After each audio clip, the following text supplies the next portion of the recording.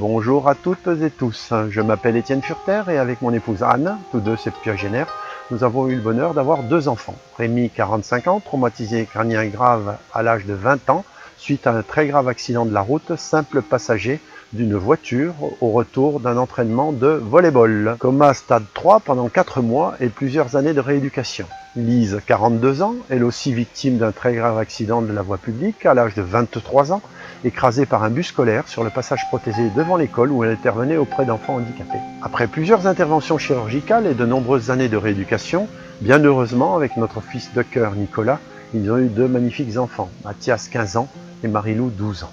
Notre famille, qui a payé un lourd tribut à la violence routière, a décidé d'acquérir avec la juste indemnisation de Rémi et la réalisation du fonds de commerce des parents, le site des Pommières pour, à travers une association loi 1901, réaliser un foyer de resocialisation pour traumatisés crâniens, qualifié de pilote et novateur par Martine Aubry.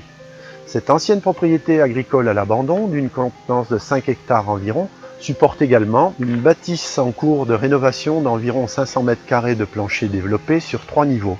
un entrepôt de 136 m², un projet autorisé de bassin de rééducation, un étang réserve d'eau de plusieurs centaines de mètres cubes pour risque incendie,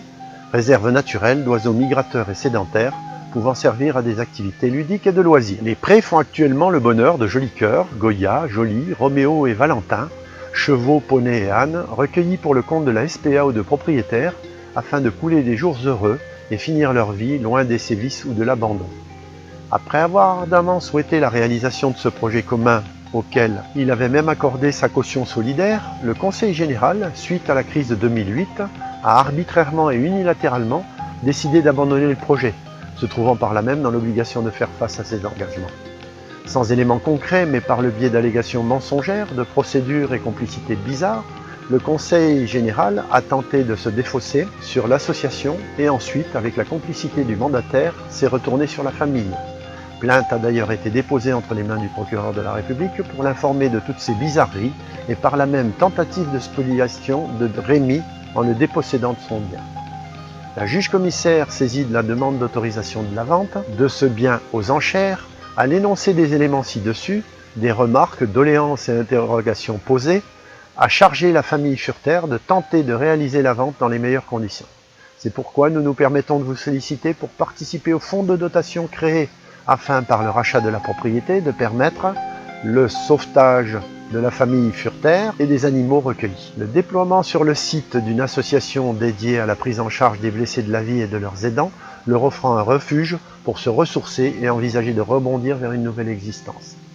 N'hésitez donc pas à prendre contact avec nous par courriel fdsmpom@orange.fr, fdsmpom en minuscule, en consultant le site internet www.foyer-tc-les-pommières.com. Et si, comme l'a dit saint Augustin, si la charité vient à manquer, à quoi sert le reste? Par avance, mille merci à tous et à toutes.